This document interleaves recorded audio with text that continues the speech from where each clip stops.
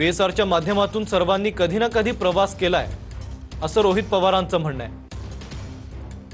सेफ्टीच्या बाबतीत ती कंपनी योग्य नव्हती असं उद्धव ठाकरेंना काही लोकांनी सांगितलंय असंही रोहित पवार म्हणाले।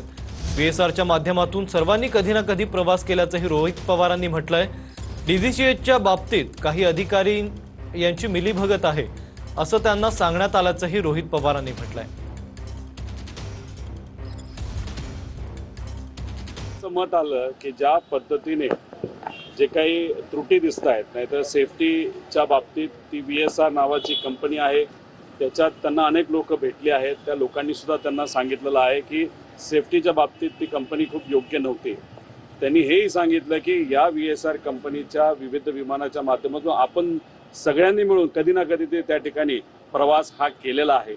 DGCAच्या बाबतीत सुद्धा त्यांना काही लोकांनी अधिकारी हे मिलीभगत आहे असं सुद्धा त्यांना तिथं